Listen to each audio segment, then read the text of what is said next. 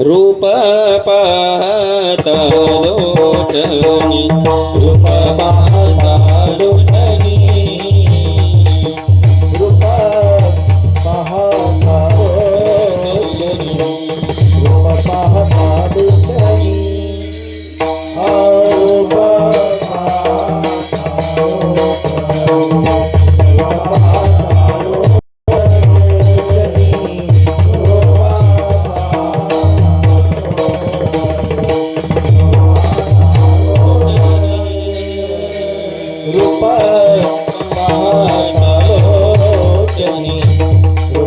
पाहता लोचनी रूप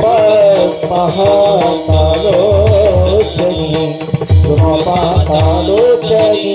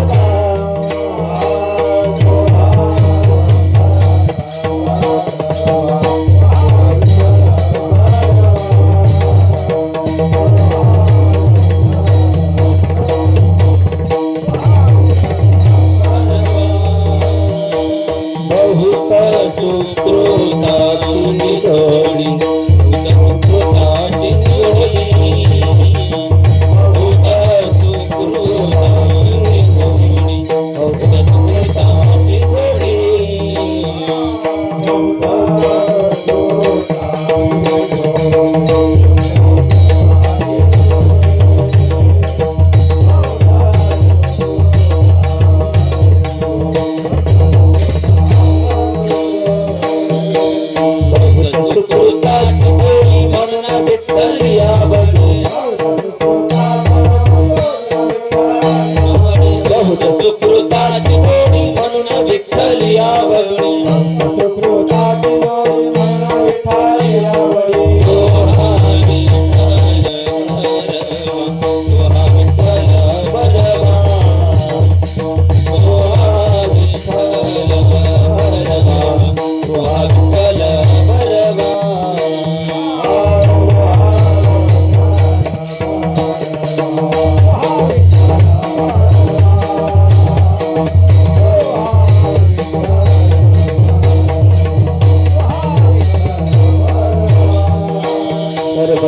आचे आगर बापर कुमादेवी वर बापर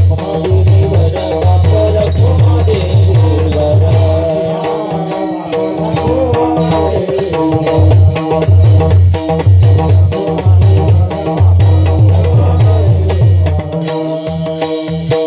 विठ्ठल बरवा तो माधव बरवा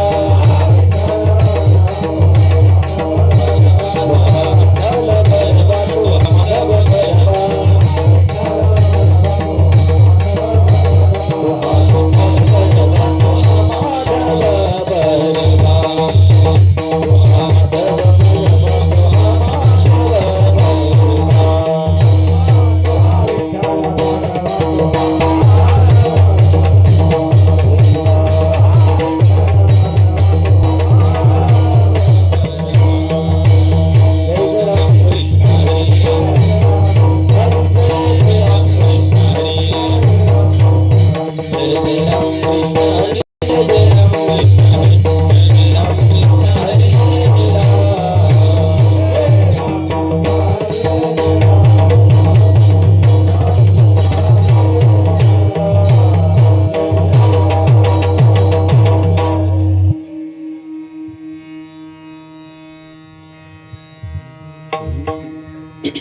आपुला तो एक देव करुणी गावा आपुला तो एक देव करुणी गावा आपुला तो एक देव करुणी गावा आपुला तो एक देव करुणी गावा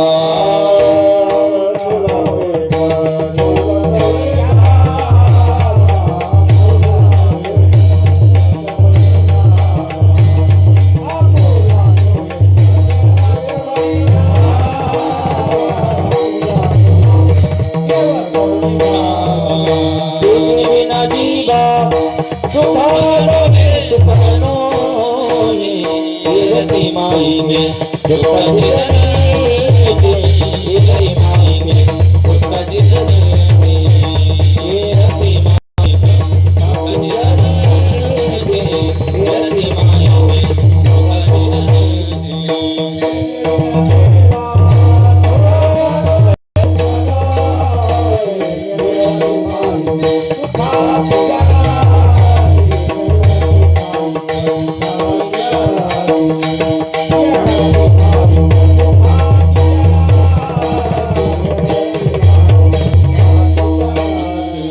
नाही आदि अंती आवडनिया बसानी येरते माईका दुर्गाचे जनते येरते माईका दुर्गाचे जनते येरते माईका दुर्गाचे जनते येरते माईका दुर्गाचे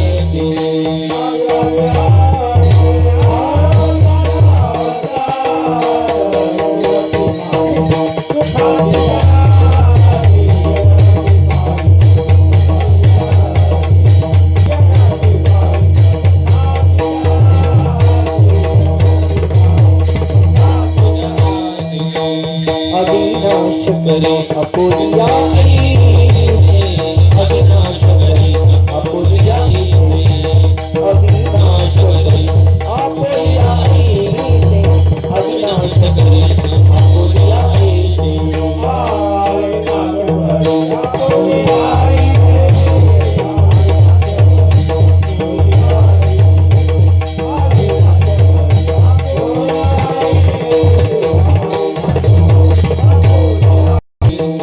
लाल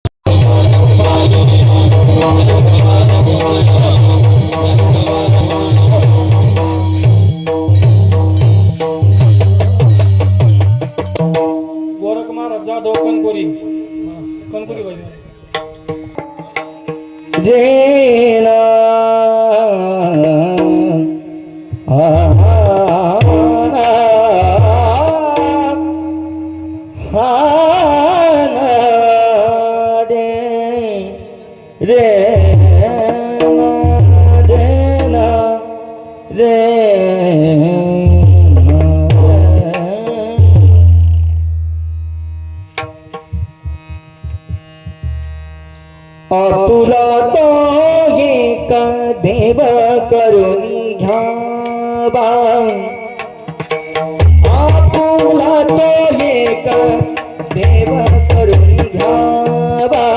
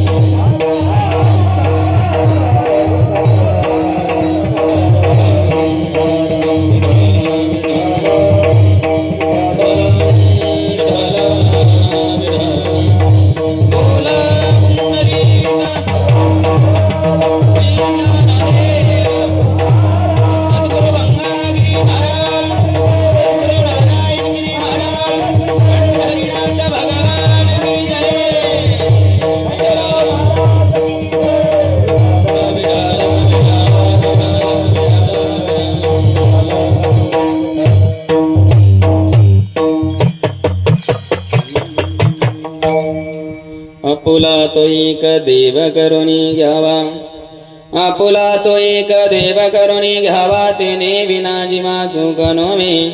कीर्ती माईके दुःखाची जनते, नाही आदि अंती अवसान. अविनाश करे आपुले आईसे, लावे मनापिसे गोविंदाचे. तुका म्हणे एक मरणीचे सरे, उत्तमचे उरे कीर्ती मागे. कीर्ती माईके दुःखाची जनते, नाही आदि अंते अवसान. पांडुरंगा करू प्रथम नाम, दुसरे चरण दिया, दुसरे चरण दिया.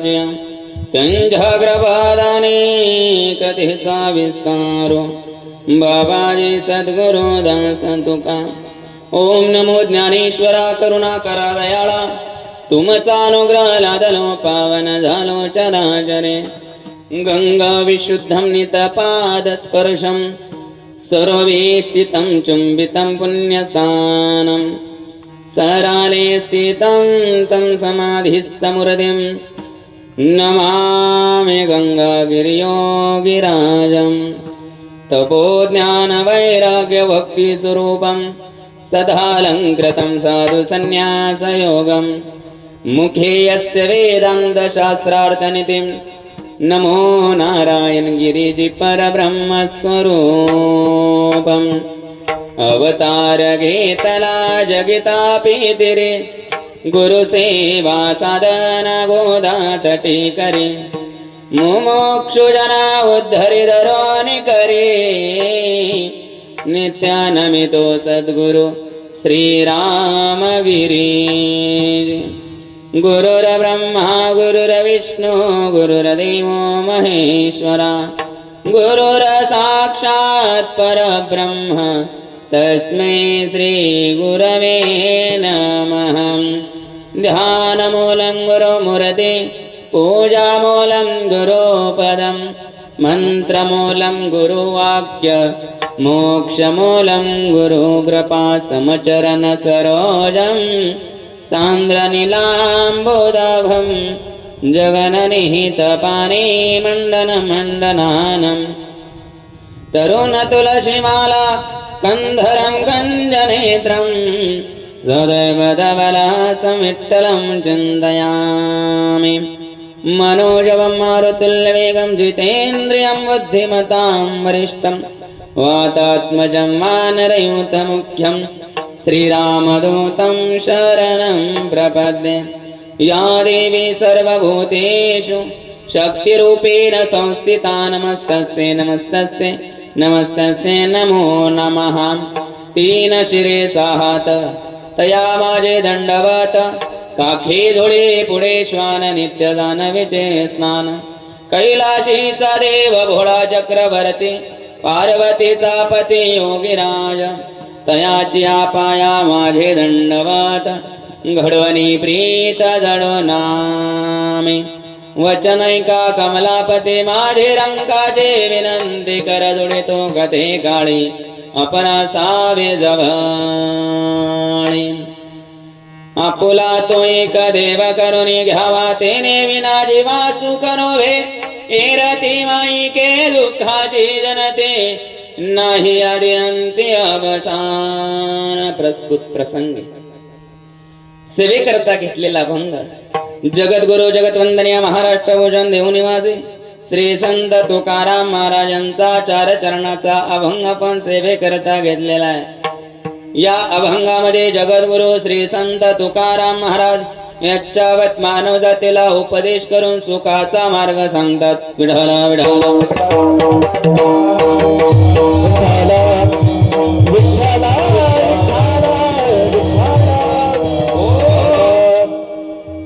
सेवेला सुरुवात करण्यापूर्वी थोडासा परिहार देणं उचित तो असा की योगीराज सद्गुरु श्री गंगागिरीजी महाराजांच्या कृपेने ब्रह्मलीन सद्गुरु श्री नारायणगिरीजी महाराजांच्या आशीर्वादाने त्याचप्रमाणे वारकरी संप्रदायाचे हृदय सम्राट परमपूजनीय परमदरणीय गुरुवर्य महंत स्वामी सद्गुरु श्री श्री रामगिरीजी महाराजांच्या कृपाशीर्वादानं त्याचप्रमाणे सकल संत महात्मा महापुरुषांच्या कृपाशीर्वादानं पांडुरंग परमात्म्याच्या असीम कृपेने त्याचप्रमाणे महाराष्ट्राचं कुलदैवत खंडेराव महाराजांच्या कृपाशीर्वादाने समस्त संत महात्म्या महापुरुषांच्या कृपाशीर्वादानं या ठिकाणी कैलासवासी अशोक उर्फ आबा कचरू पाटील साळुंके यांच्या असणाऱ्या प्रथम पुण्य स्मरणानिमित्ताने प्रथम श्राद्धाविधीच्या निमित्ताने आपण सर्वजण या ठिकाणी उपस्थित झालेलो आहोत आणि म्हणून त्यांच्या पश्चात त्यांच्या असणाऱ्या सौभाग्यवती आहे गंगा भागीरथी मोहिनी अशोक पाटील साळुंके त्याचप्रमाणे बंधू आहे आमचे दत्ता कचरू पाटील साळुंके त्याचप्रमाणे सौ निर्मला साईनाथ पाटील देशमुख बहीण आहे सुदर्शन अशोक पाटील साळुंके मुलगा आहे आणि कुमारी गायत्री अशोक पाटील साळुंके मुलगी आहे. समस्त साळुंके पाटील परिवार आणि साळुंके पाटील परिवारावर प्रेम करणारे सर्व त्यांचे नातेवाईक आप्त ज्येष्ठ आणि परिसरातून आलेली सर्व भजनी मंडळ, ग्रामस्थ मंडळी, मालुंजा बुद्रुक आणि म्हणून सर्व मंडळी या ठिकाणी आपण आबांना भावपूर्ण श्रद्धांजली समर्पित करण्याकरता सर्वजण उपस्थित झालेलो आहोत. आणि म्हणून आबांचं असणारं हे प्रथम पुण्यस्मरण आहे, प्रथम श्राद्ध विधी आहे आणि त्या निमित्ताने असणारी सेवा आहे. आणि म्हणून समस्त ग्रामस्थ, मालुंजा बुद्रुककर, पाहुणे मंडळी सर्वांना या ठिकाणी धन्यवाद. परिसरातून आलेली सर्व भजनी मंडळ, मालुंजा असेल, कणकुरी असेल, ही सर्वच मंडळी, सद्गुरू गंगागिरीजी महाराजांच्या परंपरे प्रेम करणारी सर्व मंडळी, गंगागिरीजी महाराज भक्त परिवार आणि परिसरातून आलेली सर्व भजनी मंडळ, पाहुणे मंडळी सर्वांना या ठिकाणी धन्यवाद. विढाला विढाला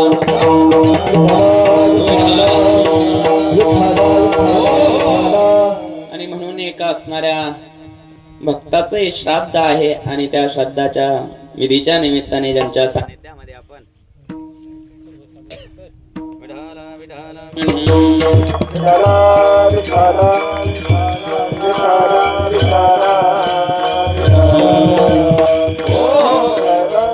त्यांच्या असणाऱ्या पावन सानिध्यामध्ये आपण आबांचं श्राद्ध करतोय. असे असणारे आमचे हरिभक्त परायण श्री लक्ष्मणगिरीजी महाराज, मालुंजा देवस्थान, दत्त देवस्थानचे असणारे महंत या ठिकाणी उपस्थित आहे, त्यांना देखील धन्यवाद.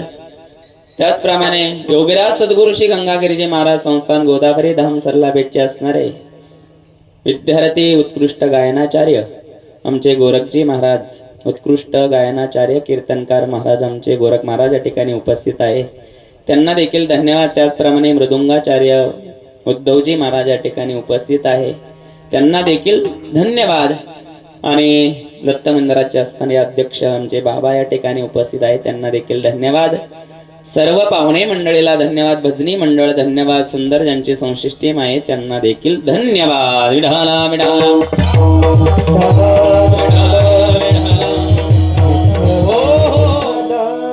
आणि म्हणून प्रथम पुण्यस्मरण आहे, प्रथम श्राद्ध विधी आहे आणि खंडेराव महाराजांच्या एका भक्ताचं श्राद्ध आहे. महाराष्ट्राचं असणारं कुलदैवत खंडेराव महाराजांचं सुंदर असणारं मंदिर आबांनी आपल्या वस्तीवर या ठिकाणी बांधलेलं आहे. वयाच्या 42व्या वर्षी आपल्या ही लोकातला प्रवास त्यांनी संपवलेला आहे आणि म्हणून त्यांचा असणारा परिवार आहे साळुंके परिवार, त्यांचे बंधू आहे सद्गुरू गंगागिरीजी महाराजांच्या परंपरेवर नित्यांत प्रेम करणारा असणारा हा साळुंके परिवार आहे. त्यामध्ये आमचे दत्त भाऊ असतील, आबांचंही प्रेम गुरुवर्या महाराजांवर होतं आणि महाराजांचा कार्यक्रम या ठिकाणी त्यांच्या मातोश्रींच्या श्राद्धविधीच्या निमित्ताने झाला होता. त्यावेळेस आबा होते, पण आज आबा नाही, आबांचं श्राद्ध आहे. गुरुवर्या महाराजच कार्यक्रमाला येणार होते, परंतु आपल्या असणाऱ्या गंगापूरमध्ये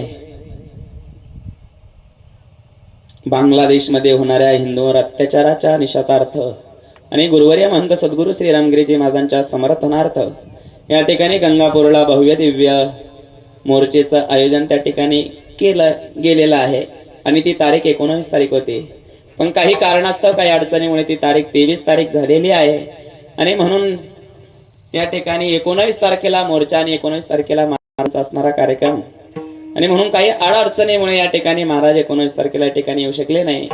योगायोगाने ती असणारा कार्यक्रम, मोर्चेचा कार्यक्रम 23 तारखेला ठरला गेला आणि महाराजांचा 23 तारखेचा पुढचा कार्यक्रम तो पुढं दुसऱ्या गावाला ठरला गेला, त्यामुळे महाराज या ठिकाणी येऊ शकले नाही. परंतु आबांचंही महाराजांवर नित्यांत प्रेम होतं, आमच्या दत्ताभाऊंचंही महाराजांवर नित्यांत प्रेम आहे आणि मातोश्रींच्या श्राद्धविधीच्या निमित्ताने महाराज या ठिकाणी आलेले होते. हा साळुंके परिवार सद्गुरू गंगागिरीजी महाराजांच्या परंपरेशी कनेक्ट असणारा परिवार आहे. आपले लक्ष्मणगिरीजी महाराजांच्या माध्यमातून गंगागिरीजी महाराज सद्गुरू श्री नारायणगिरीजी महाराजांचा संस्कार या परिवारामध्ये आहे आणि म्हणून महाराष्ट्राचं असणारं कुलदैवत खंडेराव महाराजांचं मंदिर आव्हाने या ठिकाणी सुंदर बांधलेलं आहे आणि अवघ्या 42व्या वर्षी आपला प्रवास संपलेला आहे. तारुण्य अवस्थेमध्ये आव्हांचं असणारं देवसान या ठिकाणी झालेलं आहे. फोटोकडे बघितल्यानंतर असं वाटत नाही की आवा आपल्यामध्ये नाहीये, परंतु महाराज ही लोकातला असणारा प्रवास किती दिवस जगलात याला महत्व नाही, जगून काय केलं याला फार महत्व आहे. जगद्गुरु तुकोबराय सुद्धा 42व्या वर्षी या लोकातला प्रवास संपून स्वतःचा असणारा नरदेह घेऊन तुकोबाराय वैकुंठ गमन झाले. त्यांचं देखील 42 वर्ष वय होतं. अद्वैतांचा सिद्धांत ज्यांनी मांडला ते असणारे शंकराचार्य, त्यांचं वय देखील त्यांनी समाधी घेतल्यानंतर 32व्या वर्षी समाधीस्थ ते झाले. माऊली ज्ञानोबराय या लोकांमध्ये आले, 21व्या वर्षी समाधीस्थ झाले. आणि म्हणून जे कार्य साधण्या करता या ठिकाणी ही मंडळी येतात, ते कार्य झाल्यानंतर इथून प्रस्थान होत असता. आणि म्हणून आबांचं देखील तसं झालं असावं. खंडेराव महाराजांचं असणारं मंदिर या ठिकाणी बांधलं असावं. आणि मंदिर बांधून 2-4 वर्ष पूर्ण झालेले आहे. आणि आबांनी लोकातला असणारा भाग संपला असावा की ज्या कार्याकरता आपण आलेलो आहोत ते कार्य आपलं झालेलं आहे. आणि म्हणून त्यांनी आपला असणारा देह या ठिकाणी खंडेराव महाराजांची आरती करता करता देह ठेवून दिलेला आहे. विढाला विढाला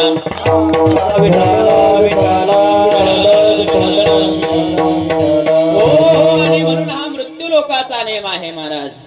मृत्यू हा अटळ आहे. जातस्य ध्रुव मृत्यू ध्रुवम जन्म मृतस्य च तस्मात् परिहर्यते न त्वं शोचितुमर्हसि. उपजले ते नासे नासिने पुनरुपी दिसे हे घटिका यंद्रा जैसे परिभ्रमेगा. माऊली ज्ञानोबराय म्हणतात, जे उत्पन्न होतं त्याचा नाश होतो आणि ज्याचा नाश होतो ते पुन्हा उत्पन्न होतं. भगवान सांगतात अर्जुना, जातस्य ध्रुव मृत्यूर. ध्रुव शब्दाचा अर्थ आहे अडळ. जातस्य ध्रुव मृत्यूर. मृत्यू हा अटळ आहे. म्हणून अर्जुना जातस्य ध्रुव मृत्यूर ध्रुवम जन्म मृतस्य च तस्मात् परिहर्यते न त्वं शोचितुमर्हसि. आणि म्हणून जन्माला आला एक दिवस मरावा लागणार आहे आणि मेलेला पुन्हा जन्माला येणार आहे. म्हणून अर्जुना तू शोक करू नको, तर तुझ्या कर्तव्याचं पालन कर. विढाला विढाला आणि म्हणून आबांनी आपला असणाऱ्या लोकातला नेमाचं पालन या ठिकाणी केलेलं आहे महाराज. माध्यम वेगवेगळं असेल पण काळ आणि वेळ मृत्यूचा ठरलेला आहे. ज्या दिवशी मनुष्याचा जन्म झाला त्या दिवशीच माणसाच्या जन्माबरोबर माणसाच्या मृत्यूचा देखील जन्म होतो, हे विसरता कामा नये. आणि याचा विसर पडू नये म्हणून या ठिकाणी भक्ती आहे, परमार्थ आहे, भजन आहे. मग मृत्यू लोकामध्ये आपण कशा करता आलेलो आहोत, काय उद्दिष्ट आपल्याला साधायचं आहे, कशा करता आपल्याला मनुष्य देह मिळालेला आहे, हे कळण्याकरता जीवनामध्ये अध्यात्म असावा लागतं, परमार्थ असावा लागतो.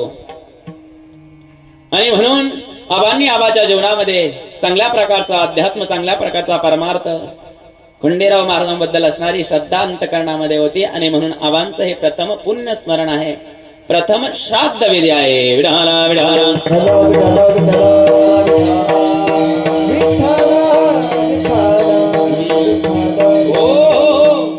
आणि म्हणून श्राद्ध विधी हा केला गेला पाहिजे. हिंदू धर्मामध्ये, सनातन धर्मामध्ये, भागवत धर्माच्या नियमानुसार ज्या माता पित्यांनी आपल्याला संस्कार दिलेले आहे, ज्या माता पित्यांनी आपल्याला लहानचं मोठं केलेलं आहे आणि ज्या माता पित्यामुळे आपण हे जग पाहत आहोत, त्या माता पित्यांच्या असणाऱ्या उपकारातून उत्तीर्ण होण्याकरता कृतज्ञता म्हणून हा शास्त्रामध्ये विधी सांगितलेला आहे. आणि म्हणून या ठिकाणी पिंडदान विधी आबांच्या पित्यार्थ झालेला आहे, श्राद्ध विधी आहे. आणि श्राद्ध विधीच्या निमित्ताने असणारी सेवा आहे. सेवेकरता घेतलेला अभंग जगद्गुरु तुकोबारायांचा आहे. आणि या अभंगामध्ये जगद्गुरु तुकोबाराय महाराज या जीवाला सुखाचा मार्ग सांगतात. आपुला तो एक देव करुणी घ्यावा, तेने विना जीवा सुख नोवे. जगद्गुरु तुकोबाराय म्हणतात की बाबा, या मृत्यू लोकामध्ये आला आहे तर आपल्याला सुख पाहिजे आहे. सुखा करता रात्रीचा दिवा, दिवसाची रात्र, आळाचे काळा, नेत्राच्या ज्योती करणारा समाज जगद्गुरु तुकोबारायांनी पाहिला. आणि तुकोबारायांच्या अंतकरणामध्ये या जीवाबद्दल जिज्ञासा निर्माण झाली. ज्या सुखा करता हा जीव धडपडतोय, या जीवाला सुख पाहिजे. सुखा करता बंगला बांधला महाराज, सुखा करता गाडी, सुखा करता पत्नी, सुखा करता जमीन, सुखा करता पद, सुखा करता प्रतिष्ठा, सुखा करता रात्रंदिवस कष्ट करतोय. कशा करता? सुखा करता. जन्म गेला, जन्म गेला, एक मुक्ती मार्गी गेला,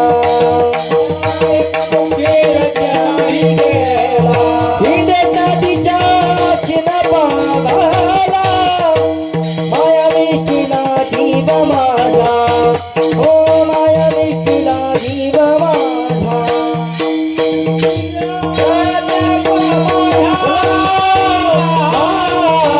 माया विष्टीला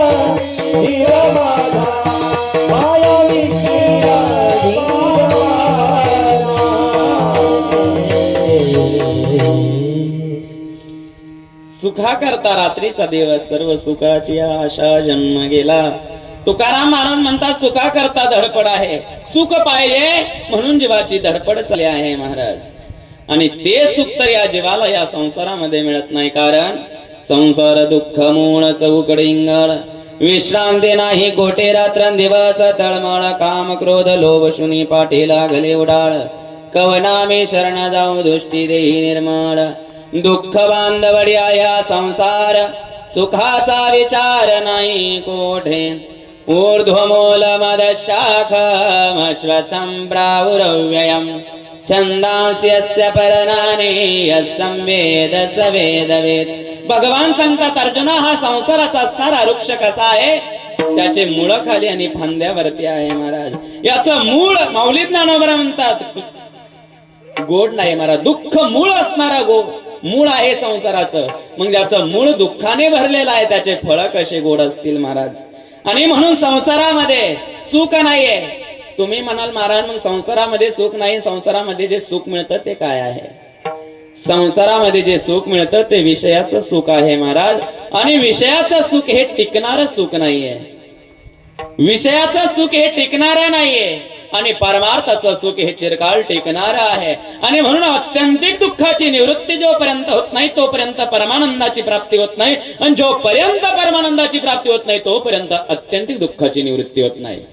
म्हणून जगद्गुरु तुकोबारायांनी बघितलं प्रत्येकाला सुख पाहिजे तर सुखा करता काय केला पाहिजे. प्रथम चरणामध्ये आपुला तो एक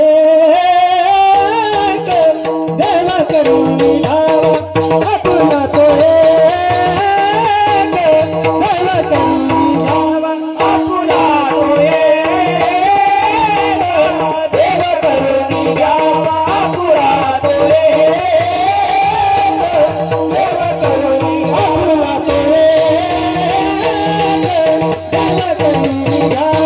आपुला तो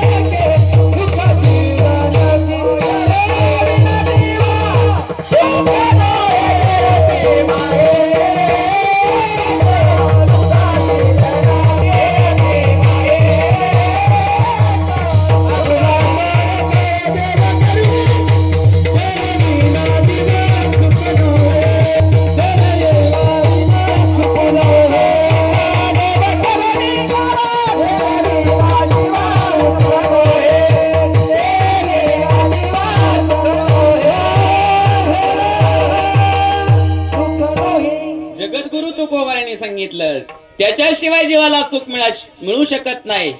आपुला तो एक देव करून घ्यावा, तेने विना जीवा सुख नव्हे.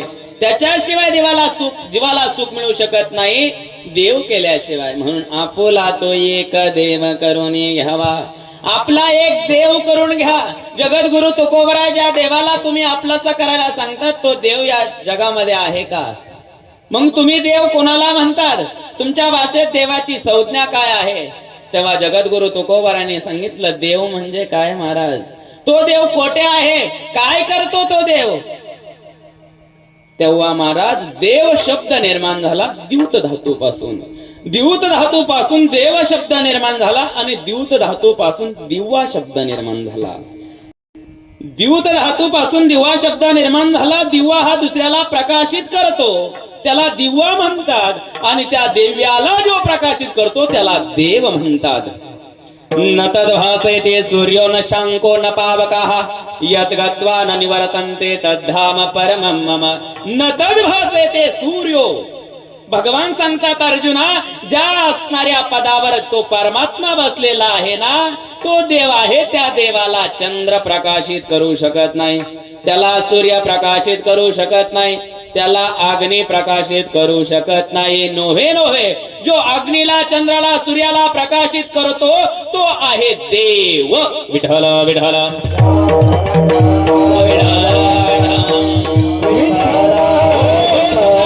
देव देव देव देव कुठं आहे? तुकाराम महाराजांनी सांगितलं बाबा देवाय आम्ही ज्याचे दास त्याचा पंढरी वास तो देवांचाही देव निवरी कळी काळाचा भेव. आम्ही ज्याचं दास्यत्व पत्करलेला आहे आणि तो पंढरीमध्ये वास्तव्य करतो ना तो देव आहे. निवरी कळी काळाचा भेव तो आहे देव महाराज. पण जगद्गुरु तुकोबर आहे.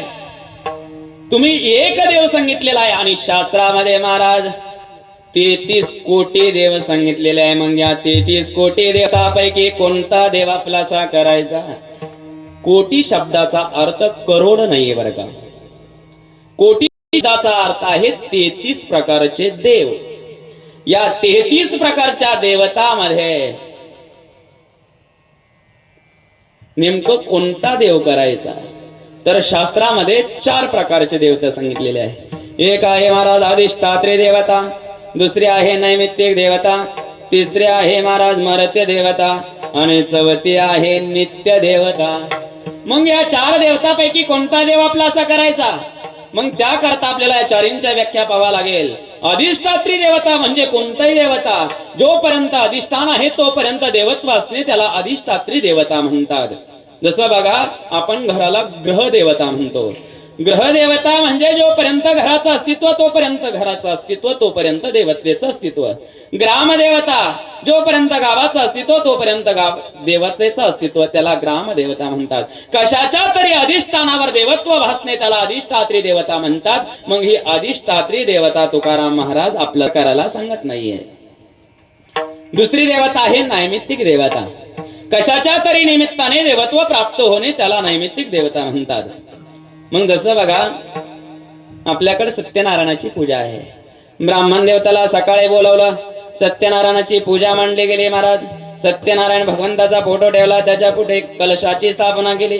4 बाजूला केळीचे खांब बांधले गेले आणि त्या घटाच्या समोर एक असणारा पानाचा विडा ठेवला. पानाच्या विडेवर महाराज एक असणारी सुपारी ठेवली गणपती म्हणून. 2 दाम्पत्य पूजाला बसले. पूजाला बसल्यानंतर ब्राह्मणांनी सांगितलं हे काय आहे? सुपारी नाही, काय आहे आता? गणपती आहे. आणि म्हणून त्याला काय करा, पंचामृताने स्नान घातलेला आहे, त्याला गंध लावलेला आहे, अक्षता वाहिलेली आहे आणि महाराज गणपती म्हणून घटासमोर त्याची स्थापना केलेली आहे.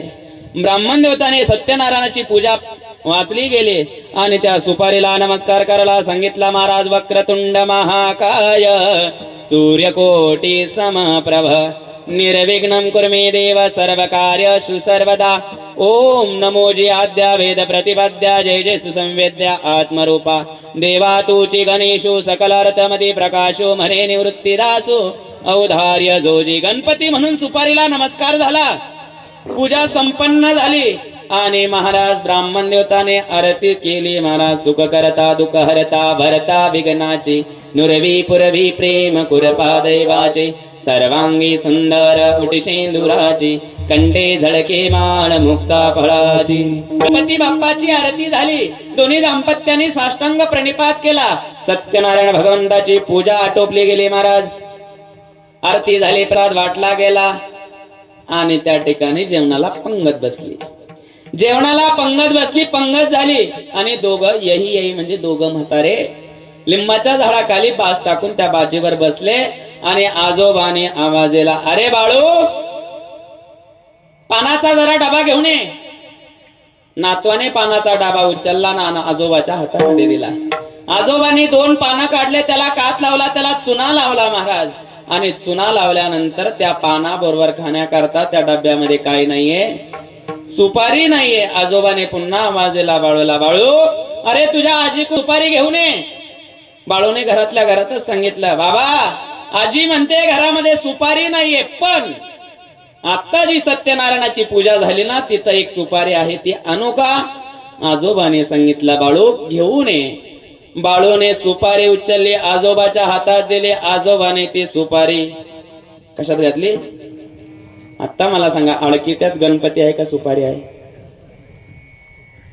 काय अडकित्यात? अडकितात आता सुपारी आहे महाराज. मग जेव्हा सत्यनारायणाची पूजा चालू होती तेव्हा महाराज त्या सुपारीला गणपती हे पद प्राप्त झालं. आणि पूजा आटोपल्यानंतर जेवण झाल्यानंतर पानावर जेव्हा आली ती मात्र आता गणपती नाही, आता सुपारी आहे. म्हणजे सत्यनारायणच्या निमित्ताने सुपारीला गणपती हे पद प्राप्त झालं, म्हणून त्याला नैमित्तिक देवता म्हणतात. ही असणारी देवता आपलीशी करायला सांगत नाहीये. विठ्ठल विठ्ठल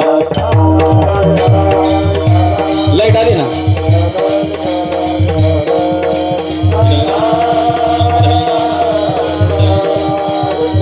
हो हो, म्हणून नैमित्तिक देवती कशाच्या तरी निमित्ताने देवत्व प्राप्त होणं. चौथी देवता आहे मर्त्य देवता. पुण्याचे पावटे सरे सभेंद्रपणा उठे उतरे येऊ लागाते माघारे मृत्यू लोका. ते तम भुक्त्वा स्वर्ग लोकम विशालम चिने पुण्य मर्त्य लोकम विशांदे. एवं त्रय धर्म मनो प्रपन्ना गतागतम काम कामाला भंदे. पुण्य संपलं की देवत्व संपत महाराज, त्याला मर्त्य देवता म्हणतात. जोपर्यंत महाराज पुण्य आहे तोपर्यंत देव, आणि पुण्य संपलं की महाराज ब्रह्म भुवनान लोका पुनरावर्तिनो अर्जुना. हे अर्जुना, पुण्य संपल्यानंतर या मृत्यू लोकामध्ये त्याला पुन्हा जन्माला यावं लागतं. म्हणजे ज्याला मरावं लागतं ती मर्त्य देवता, आणि ही मर्त्य देवता देखील आपलीशी करायला सांगत नाहीये. शेवटची देवता आहे नित्य देवता, आणि या नित्य देवतेपैकी पंचदेवता सांगितल्या शंकराचार्यांनी. त्याला पंचैतन देवता म्हणतात. ज्या नित्य आहे त्यामध्ये आहे गणपती बाप्पा, देवी, भगवान शिव, सूर्यनारायण. या असणाऱ्या 5 देवताला पंचैतन देवता म्हणतात.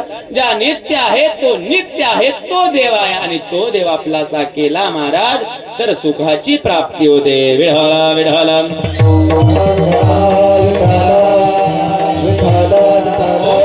तुकाराम महाराज देव कळाला. जो नित्य आहे, जो अनादि आहे, जो सिद्ध आहे असा असणारा देव, जो पंढरीमध्ये वास्तव्य करतो तो देव तुम्ही आपलासा करायला सांगतात. त्याचे विशेषण तुम्ही सांगितले आम्हाला. आनंद द्वय नित्य निरामय जे का निज ध्येय योग्यांचे ते समचरण साजरे विटेवरी. पहा भीमा तेरे विठ्ठल रूप.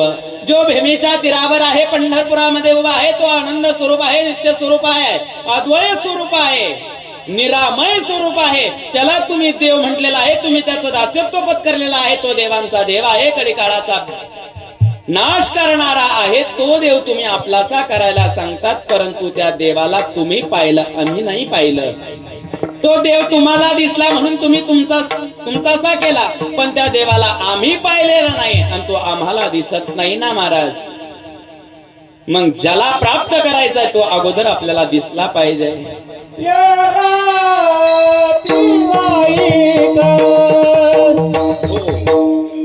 जो देव आहे महाराज तो आपल्याला दिसत नाहीये.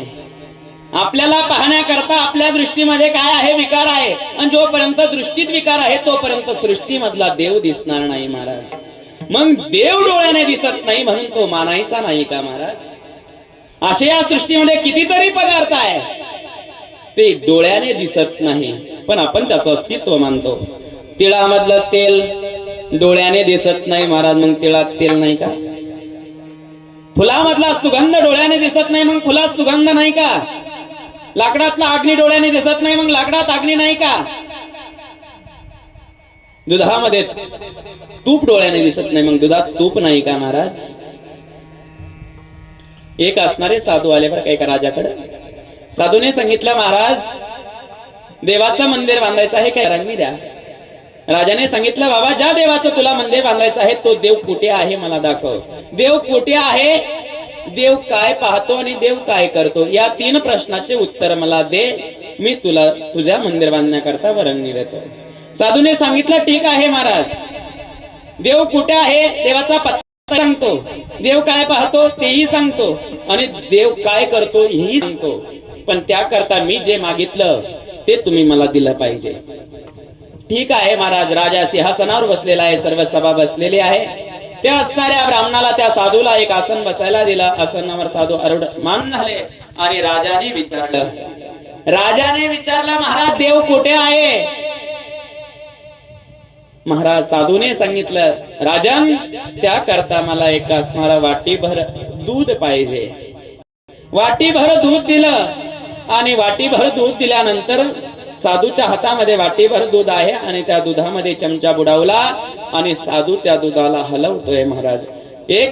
15 मिनिटं झाले, 20 मिनिटं झाले, 40 मिनिटं झाले, 1 तास झाले. साधू त्या दुधामध्ये चमच्याने हलवतोय. राजाने सांगितलं महाराज अहो देव कुठे आहे ते सांगा. तेव्हा साधूने सांगितलं महाराज तेच शोधतोय, मला तुम्ही सांगा अगोदर या दुधामध्ये तूप कोठे आहे. राजाने सांगितलं महाराज दुधामध्ये तूप आहे पण त्याला काही प्रक्रिया आहे, त्या प्रक्रिया केल्यानंतर त्या दुधातून तूप बाहेर येईल. तेव्हा त्या साधूने सांगितलं महाराज ज्याप्रमाणे दुधामध्ये तूप आहे परंतु त्या तुपाला सिद्ध होण्याकरता प्रक्रिया कराव्या लागतात, त्याचप्रमाणे दुधामध्ये तूप हे जसं सर्वत्र आहे ना तसा देव सर्वत्र आहे. दुसरा प्रश्न विचारला महाराज देव कोठे, देव काय पाहतो. साधूने सांगितलं त्याकरता मला एक दिवा. साधूच्या हातामध्ये दिवा दिला आणि दिवा दिल्यानंतर साधूने सांगितलं महाराज हा दिवा काय पाहतो. दिवा काय पाहतो. राजाने सांगितलं महाराज दिवा सर्वत्र पाहतो. तसा साधूने सांगितलं महाराज देव सुद्धा सर्वत्र पाहतो. देव काय करतो. सांगितलं 1 मिनिट तुम्ही तुमच्या सिंहासनावरून खाली उतरा आणि तुमचा मुकुट मला द्या. राजा सिंहासनाच्या खाली उतरला. राजाने मुकुट साधूच्या हातामध्ये दिला आणि साधूने तो मुकुट आपल्या डोक्यावर घातला आणि राजाच्या सिंहासनावर बसला. राजाने सांगितलं हे असं काय करतात तुम्ही, वेडबीड लागला की काय. साधूने सांगितलं महाराज राजाचा रंक आणि रंकाचा राजा देव करतो. काय करतो तर रंकाचा राजा आणि राजाचा रंक. तुका म्हणे आले समर्थाचे मना जरी होय राणा रंक त्याचा. राजाचा रंक आणि रंकाचा राजा जो करतो त्याला म्हणतात देव आणि त्या देवाची प्राप्ती करा सुख मिळेल. आपुला तो एक देव करून घ्यावा तेने विना जीवा सुख नवे. जगत गुरु तुकोबरायांनी देवाला आपलंच केलं आणि सुखाची प्राप्ती झाली. पण तुकाराम महाराज देव कुणी पाहिला. तेव्हा महाराज माऊली ज्ञानोबरा म्हणतात मी पाहिला महाराज योगिया दुर्लभ तोम्या देखिला साजनी. पाहता पाहता मनन पुरे धने देखिला माय देवांचा देव फिटला संध्या निमाले दुजेपण. माऊली ज्ञानोबरा म्हणतात मी पाहिला. त्याप्रमाणे नामदेव महाराज म्हणतात मी सुद्धा पाहिला महाराज. अवताराचाराशी तो हवा विटेवरी शंख चक्र गदा पद्म सहित हरी. देखिला देवादी देव बरवा समाधान जीवा पाहता वाटे गे माये. नामदेव महाराज म्हणतात मी पाहिला. कुठं पाहिला. विटेवर पाहिला महाराज. तो आदी देव मी पाहिला. नामदेव महाराज म्हणतात अजून एका ठिकाणी मी पाहिला. कुठं पाहिला महाराज. तळवे तळहत टेकीत डाव्या गुडघ्याने रांगत रंगणी रंगनात तोम्या देखिला गे सये. गवळण जसवंती पै सांगे आलिया कृष्णाचनी मागे. येणे येणे ओ श्रीरंगे नवनीत माझे बक्षिले. नामदेव महाराज म्हणतात मी पाहिला रांगताना पाहिला. डाव्या गुडघ्याने रांगत रंगणी रंगनात. पुढं पाहिला नंदालयामध्ये पाहिला. मग नंदालयामध्ये जे प्रगट झालं तत्व ते सामान्य नाही महाराज. कोण आहे तो परब्रह्म निष्काम तो गवळीया घरी. वाके वाळे अंध कृष्ण नवनीत चोरे म्हणती गवळणी हरीचे पाऊले धरा. रंगत रांगत त्वर्या राजमंदिरा. ब्रह्मविद्येचा पुतळा गाई राखितो गोळा श्रुतीने नाव्या त्या लिळा वेदा संगादिका. पुसू नका बाई वेदासी काही कळलेची नाही झाल्या द्विज सहस्र जीवा जीवा जीवा. देव का हो विटेवरी उभा उभा उभा.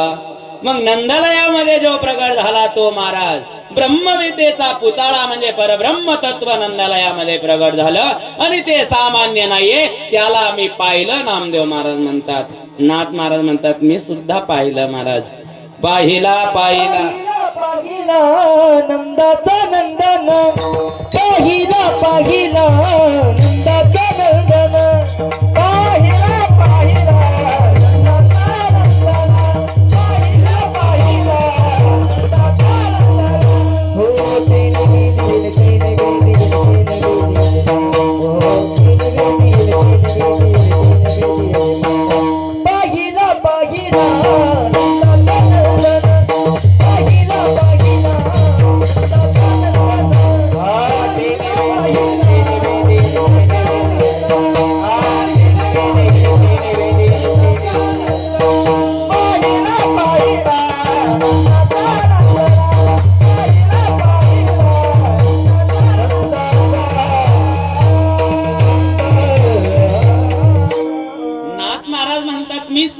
पाहिला पाहिला पाहिला नंदाचा नंदन, म्हणजे नंदाचा नंदन पाहिला म्हणजे तो पाहण्याचा विषय आहे, आपल्याला दिसत नाही, आपल्या दृष्टीमध्ये विकार आहे महाराज. बघा तुम्ही, मनुष्य चांगलं पाहण्यापेक्षा वाईट जास्त लवकर पाहतो. जसं बघा तुम्ही 2-2.5 मीटरचं शुभ्र कापड तुमच्या समोर आहे आणि त्याच्यावर मोहरीच्या दाण्या इतका काळा बारीक डाग आहे. तुम्ही अगोदर काय पाहाल? काय पाहाल? एवढा सुंदर कापड आहे आणि त्याच्यावर मोहरीच्या दाण्या इतका काळा डाग आहे. मुखातून शब्द निघेल, काळा डाग आहे हो त्याच्यावर, नको ते कापड. परंतु 2-2.5 मीटरचं शुभ्र कापड आपल्याला दिसलं नाही, मोहरीच्या दाणे इतका असणारा काळा डाग आपल्याला दिसला. त्याचप्रमाणे या सृष्टीमध्ये व्यक्त झालेला परमतत्व आपल्याला दिसत नाही, कारण आपल्या दृष्टीमध्ये विकार आहे. जशी दृष्टी असेल तशी सृष्टी आपल्याला दिसते. या सृष्टीमध्ये तो व्याप्त आहे महाराज. विठ्ठल जळी स्थळी भरला, रित्ता ठाव नाही उरला. कहा पगडारू देखे नेरा देखे तो सब होईने गेला, हूत तकित भैरे तुका भागा रे सब मन का धोका. सर्वा घटी राम देहा देयक सूर्यप्रकाशक सहस्रस्मि सर्वस्य चाहं हृदि सन्निविष्टो मत स्मृति ज्ञानमपोहनं च वेदैश्च सर्वैरहमेव वेद्यो वेदांत कृत वेद विदेव चाम. सर्वांच्या हृदयामध्ये तो प्रविष्ट आहे, सर्व सृष्टीमध्ये तो व्याप्त झालेला आहे.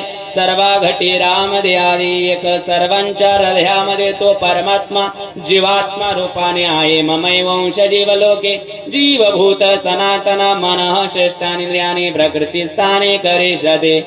18व्या अध्यायामध्ये गीतेमध्ये भगवान सांगतात, सर्वस्य चाम हृदि सन्निविष्टो, सर्वांच्या हृदयामध्ये मी प्रविष्ट आहे.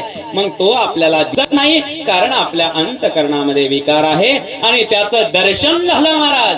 गुरुवर्य म्हणत सद्गुरू श्री नारायणगिरीजी महाराजांना, गुरुवर्य सद्गुरू श्री नारायणगिरीजी महाराजांनी म्हणावं, हा जनता जनार्दन माझा पांडुरंग परमात्मा आहे आणि कीर्तन रूपी सेवा ही त्याची सेवा आहे. कीर्तन हे त्याची सेवा आणि जनता जनार्दन पांडुरंग, तुमच्या आमच्या हृदयामधला पांडुरंग परमात्मा गुरुवर्य ब्रह्मलीन सद्गुरू श्री नारायणगिरीजी महाराजांनी पाहिलाय महाराज. म्हणजे देव आहे, तो पाहता येतो आणि पाहता येतो म्हणून देव आहे. असा असणारा जो देव आहे तो आपला साकारा. आपुला तो एक देव करोनी घ्यावा, तेने विना जीवा सुख नोवे. मग जगद्गुरु तुकोबराय तो देव कुठं आहे? तर जगद्गुरु तुकोबारांनी सांगितलं महाराज, तो देव आहे भीमेच्या किनाऱ्यावर. भीमा तिरी एक वसविले नगर, त्याचे नाव पंढरपूर रे, तेथील मोकासी उभासे विटेवर.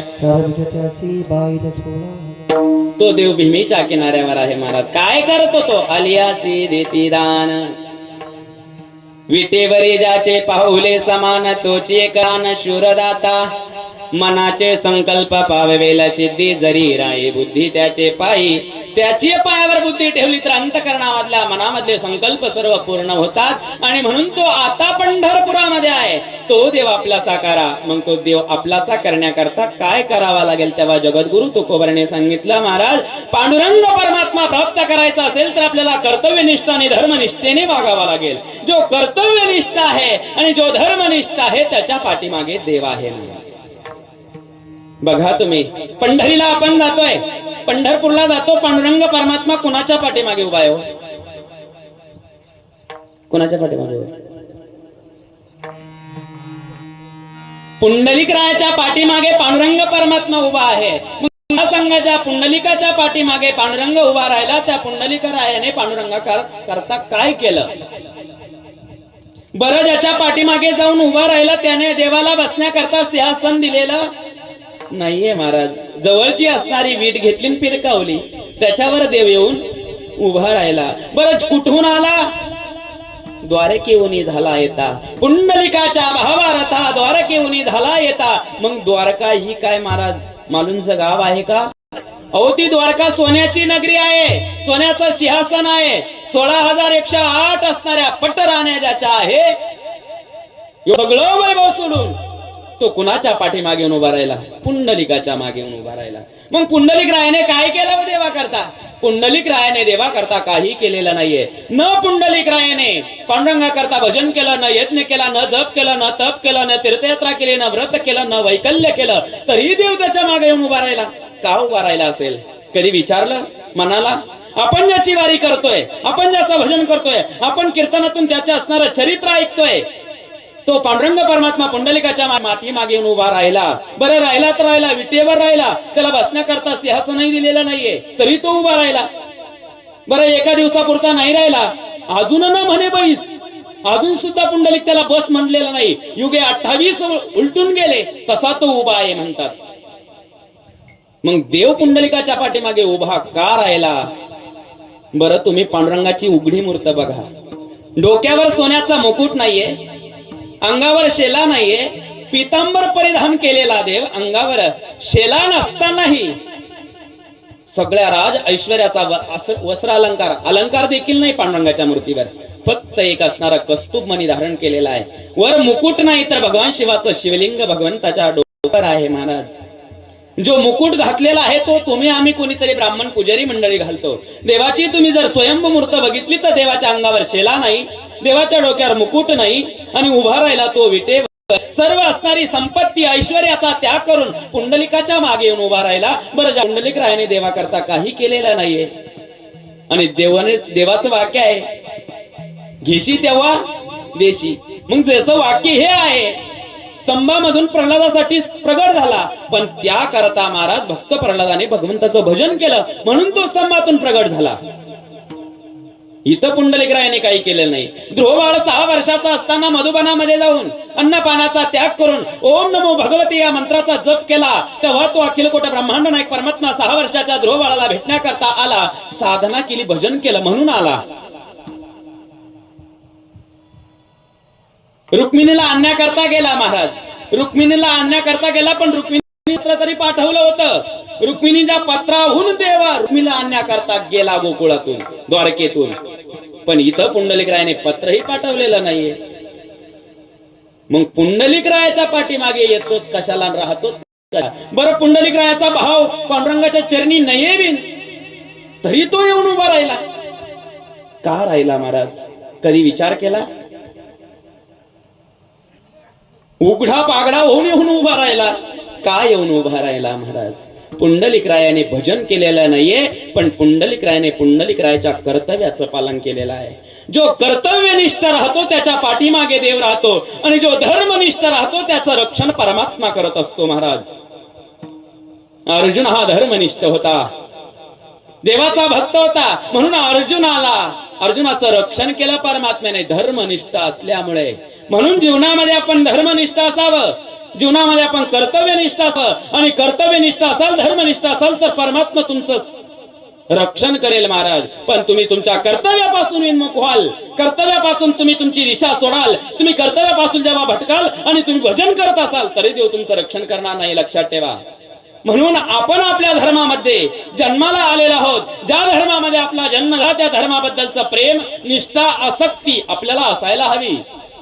धर्मनिष्ठ माणसाने राहायला हवं, धर्माबद्दल प्रेम असायला हवं, आणि ज्या धर्मामध्ये आपण जन्माला आलो त्या धर्माचे संस्कार आपल्यामध्ये असायला हवे, त्या धर्माबद्दलचं प्रेम आपल्याला असायला हवं, आणि आपण आपल्या धर्माकरता आपण कुठंतरी कटिबद्धपणे एका ठिकाणी उभं राहायला गेलं पाहिजे.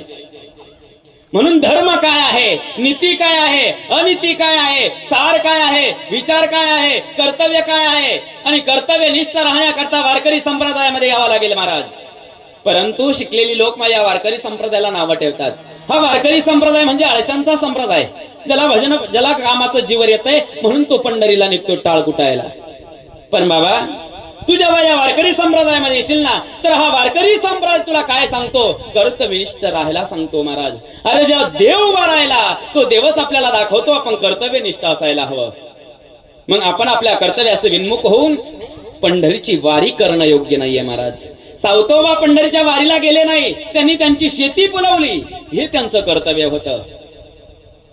गोरोबा काका मडके घालायचं सोडून पंढरीला गेले नाही, हे त्यांचं कर्तव्य होतं महाराज. म्हणून आपण आपल्या कर्तव्याशी एकरूप होऊन तेव्हा पांडुरंग परमात्मा देखील आपल्या पाठीमागे येऊन उभा राहील. आणि म्हणून तो पांडुरंग आहे देव, त्या देवाला आपलंस करा, आपुला तो एक देव करून घ्यावा, तेने विना जीवा सुख नोवे, जगद्गुरु तो कोबराय. ज्या देवाला तुम्ही आपलासा करायला सांगतात तो देव आपलासा केल्यानंतर सुख मिळतं. अजून काय मिळतं? शेवटच्या चरणामध्ये तुका भाडे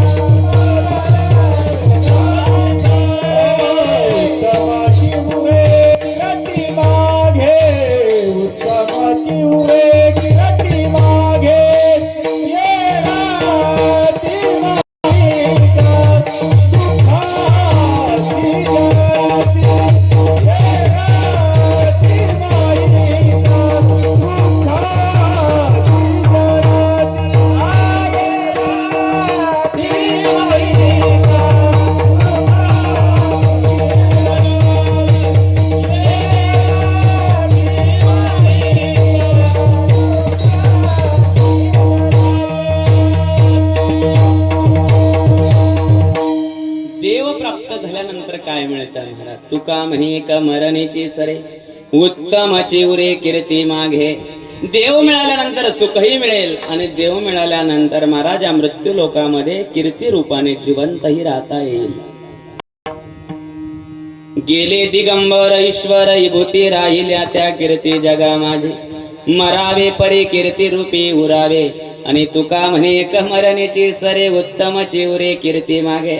उत्तम कीर्ती रूपाने जिवंत राहायचं असेल तर या असणाऱ्या जीवनाला एकदा समजावून घेण्याचा प्रयास आणि प्रयत्न करा महाराज. जन्म हा होणार आहे आणि जन्माला आलेला प्रत्येक जीवाला मरावा लागणार आहे. दोघीच्या मध्ये जो संधिकाल आहे त्याला जीवन म्हणतात आणि हे जीवन जगत असताना असं प्रकारचं जीवन जगा की आपल्याला या मृत्यू लोकामध्ये कीर्ती रूपाने जिवंत राहता येईल.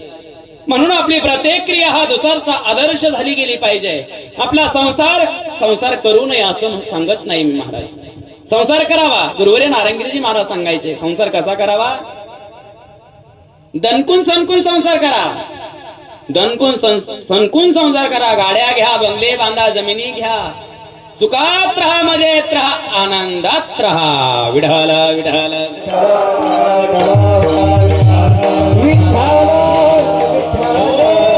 संसार करा महाराज.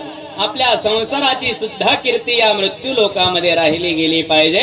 नोहे नोहे असा संसार करा की आपला संसार हा दुसऱ्याचा आदर्श झाला गेला पाहिजे. आपला कर्म असा कर्म करा की आपला कर्म दुसऱ्याचा आदर्श झाला पाहिजे.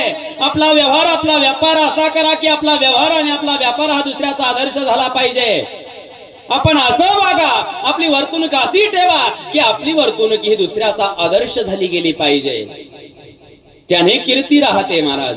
म्हणून जीवनामध्ये कीर्ती रूपाने जिवंत राहायचं असेल तर एक तर परमार्थ करून कीर्ती रूपाने जिवंत राहता येतं, नाहीतर दुसरं अध्यात्माकडे येऊन परमार्थ करून कीर्ती रूपाने जिवंत राहता येतं.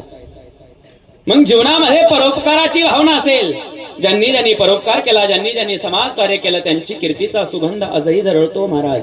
या भारताला स्वातंत्र्य ज्यांनी केलंय त्यांची कीर्ती आजही दरवळते. ज्यांनी महाराज छत्रपती स्वराज्य ज्यांनी स्थापन केलंय त्या छत्रपती शिवाजी महाराजांच्या कीर्तीचा सुगंध आजही दरवळतोय. जो दुसऱ्या करता जगतो त्याची कीर्ती राहते आणि जो स्वतः करता जगतो महाराज त्याची कीर्ती राहत नाही. म्हणून केवळ आपलं जीवन आपल्या स्वतः करता नाही तर आपलं जीवन हे दुसऱ्याच्या कामी आलं पाहिजे. आपल्या असणाऱ्या जीवनाच्या माध्यमातून जर दुसऱ्याचं कल्याण होत असेल, आपल्या असणाऱ्या ज्ञानातून जर कुठल्याला चांगल्या प्रकारची दिशा मिळत असेल, आपल्या 1 रुपयाने त्याच्या जीवनामध्ये परिवर्तन होत असेल, आपल्या असणाऱ्या खिशातल्या 10 रुपयाने एखाद्या गरीबाचं पोरग उच्च शिक्षण घेऊन आणि उच्च पदावर जात असेल तर आपण आपला पैसा तिथं का खर्च करू नये? प्रत्येक ठिकाणी पैसा जमवणं, एकत्रित करणं हाच उद्देश माणसाचा नसावा. आपण जर वकिली क्षेत्रामध्ये काम करत असाल तर वकिली क्षेत्रामध्ये काम करत असताना एखादा गरीब तुमच्याकडे आला आणि त्याच्याकडे पैसा नाहीये, पण तुमच्या ज्ञानाने तुम्ही त्याला न्याय मिळवून देऊ शकत असाल तर तुम्ही त्याच्या खिशातल्या पैशाकडे पाहू नका, तुम्ही त्याला न्याय द्या महाराज. तुमच्या ज्ञानाने त्याला न्याय मिळत असेल आणि त्याचा प्रपंच सुधारत असेल तर तुम्ही तिथं पैशाचा विचार करू नका. तुम्ही जर डॉक्टरी क्षेत्रामध्ये काम करत असाल, एखादा सज्जन गरीब माणूस तुमच्याकडे आला असेल आणि त्याच्यावर सगळ्या त्याच्या कुटुंबाची जबाबदारी असेल, परंतु त्याला भयंकर असणारा रोग झाला असेल आणि त्याच्या रोगाकरच्या निदानाकरता त्याच्याकडे जर पैसा नसेल आणि तुम्ही जर उच्च कोटीचे डॉक्टर असाल, तुमच्या ज्ञानाने त्याच्या रोगाचं निदान होणार आहे हे तुम्हाला माहिती आहे, परंतु तुम्ही तिथं त्याच्या खिशातल्या फीकडे बघू नका. तुम्ही हे बघा की आपल्या ज्ञानाने जर हा रोग मुक्त होत असेल आणि याच्या कुटुंबावर जी काळाची छाया पसरलेली आहे, उदास जे चेहरे या कुटुंबातल्या व्यक्तींचे झालेले आहे, जर या कुटुंबातल्या असणाऱ्या प्रत्येक व्यक्तीच्या चेहऱ्यावर जर हसू निघत असेल तर आपलं ज्ञान तिथं आपण खर्च करा महाराज, त्याच्या फीकडे तुम्ही लक्ष देऊ नका. आणि म्हणून पैसा जमवणं करणं हा माणसाच्या जीवनाचा उद्देश नाहीये. जीवन जगत असताना आपण असं काहीतरी कार्य करा, जर तुम्ही त्या व्यक्तीला रोगातून निदान केलं आणि तो रोग मुक्त झाला तर तुमचा उपकार तो कधी विसरू शकत नाही महाराज. त्याचे मुलं सुद्धा तुमच्या उपकारातून उत्तीर्ण होऊ शकत नाही. तुमचा मृत्यू जरी झाला तरी ते मुलं म्हणतील, आमच्या वडिलांचं जीवन त्या डॉक्टरमुळे सुधारलं होतं, आज आमचं जे अस्तित्व आहे, जे आमच्याकडे गाडी आहे, आमच्याकडे बंगला आहे, आमच्याकडे जमीन आहे, आमचा संसार सुखाचा समृद्धीचा झाला, जर त्यावेळेस माझ्या पिताश्रीला त्या डॉक्टरांनी वाचवलं नसतं तर हे अस्तित्व आमचं निर्माण झालं नसतं, आम्हाला कुठंतरी भिक्षा मागावी लागली असती, पण आमच्या जवळचं जे अस्तित्व आहे, समाजामध्ये आमचा जो मान आहे, समाजामध्ये आमची जी प्रतिष्ठा आहे, जे आम्ही आज सुखाने वावरतोय, आनंदाने राहतो, याला कारण ते डॉक्टर आहे. ही तुमची कीर्ती या मृत्यू लोकांमध्ये जिवंत राहील महाराज. म्हणून जीवनामध्ये नाही परमार्थ करता आला तर चालेल, नाही भजन करता आलं तर चालेल, तर जीवनामध्ये परोपकाराची भावना ठेवा. जर तुमच्या खिशात 2 रुपये असेल तर 1 रुपया गरजावंताला देण्याचा प्रयास आणि प्रयत्न कराच तुम्ही महाराज. तुम्हाला वेगळा परमार्थ करण्याची गरज नाहीये. तुकाराम महाराज म्हणतात, हीच विष्णूची महापूजा, अनुभव नाही तुझा. वेगळा परमार्थ करण्याची गरज नाही, वेगळी पूजा करण्याची गरज नाही, वेगळा जप करण्याची गरज नाही, वेगळं व्रत वैकल्य करण्याची गरज नाही. फक्त तुमच्या अंतःकरणामध्ये जेव्हा परोपकाराची भावना निर्माण होईल आणि अंतःकरणामध्ये जेव्हा दुसऱ्याचं दुःख पाहून दयाभाव निर्माण होईल, हाच एक मानवतेचा धर्म आहे. याला त्याच्या मधलंच मनुष्यत्व जागृत आहे महाराज. नुसतं माळा जप करून भजन कीर्तन ऐकून नाही जमणार. त्याचा असणारा परिणाम आपल्या जीवनामध्ये जोपर्यंत होत नाही तोपर्यंत त्याचा लाभ आपल्याला होणारच नाही ना महाराज. म्हणून जीवन जगत असताना हे जीवन दुसऱ्याच्या उपकारी आलं पाहिजे. दुसऱ्याचं आपलं तर आपण करणारच आहोत, पण आपल्यामुळे दुसरा चांगलं होत असेल तर महाराज वेगळा परमार्थ करण्याची गरज नाही. देव तुमच्या जवळ आहे, हीच विष्णूची महापूजा, अनुभव नाही तुझा. वेगळी पूजा करण्याची गरज नाहीये. आणि म्हणून तुका म्हणे, फार थोडा तरी परोपकार तुझ बाबा हे देव तरी हा सुलभ उपाव. जीवनामध्ये काही करता नाही आलं चलन, पण थोडासा परोपकार करा.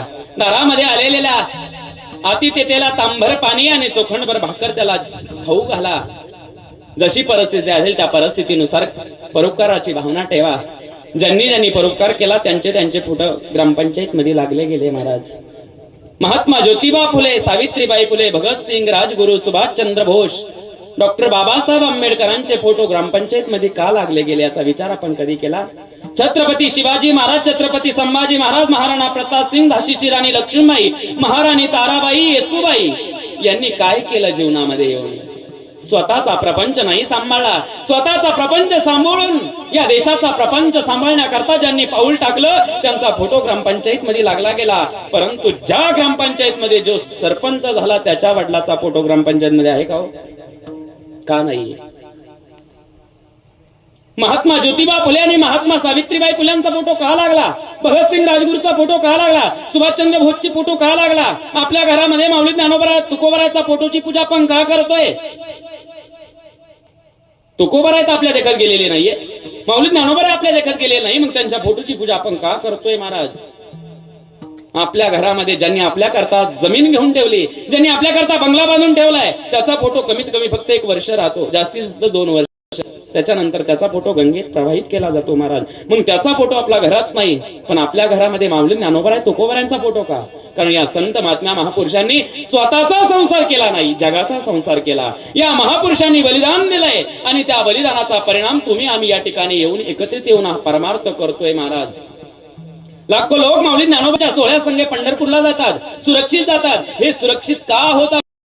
आपण या ठिकाणी दिवाळी मोठ्या थाटामध्ये साजरी करतोय कारण कुणीतरी आपलं रक्षण करतोय, कुणीतरी त्यांच्या डोळ्यामध्ये तेल घालून सीमेवर उभे आहात म्हणून आपली दिवाळी साजरी होते ना महाराज. त्याचप्रमाणे कुठंतरी आपण आज सक्षम आहोत, कुठंतरी आपल्या अंगणातली तुळस, आपल्या गोठ्यातील गाय, कुठंतरी मंदिराचा कळस आणि त्या मंदिराच्या कळसावर भगवा फडकताना आपल्याला दिसतोय. याचा अर्थ कुठंतरी आपण ज्या आरती मंदिराच्या कळसावर भगवा फडकतोय त्या आरती कुणीतरी बलिदान दिलेला आहे, कुणीतरी आपलं रक्त सांडलेलं आहे, कुणीतरी आपला प्राण दिलेला आहे, कुणीतरी आपल्या संसारावर तिलांजली सोडलेली आहे, कुणीतरी आपल्या संसारावर तुळशी पत्र ठेवलेलं आहे. म्हणून मंदिराचा कळस आणि त्या कळसावर भगवा फडकताना आपल्याला दिसतोय. ही आपण लक्षात ठेवलं गेलं पाहिजे. आपल्या आयाबायांच्या असणाऱ्या माथ्यावरचं जे कुंकू सुरक्षित आपल्याला दिसतंय ते सुरक्षित असण्याचं कारण कुणीतरी बलिदान दिलंय म्हणून सुरक्षित आहोत, हे आपण लक्षात ठेवायला हवं. नाहीतर महाराज जर आपण वेळेवर जागे झालो नाही, वेगळेवर आपल्यामधली जागृती आली नाही तर बांगलादेशात जी परिणाम झाला तो परिणामाशी सामना आपल्याला करावा लागेल. बांगलादेशामध्ये जी परिस्थिती निर्माण झाली, हिंदू धर्मावर अत्याचार होत चाललेला आहे, तिथले असणाऱ्या एका स्त्रीवर 30 जणांनी बलात्कार करावा.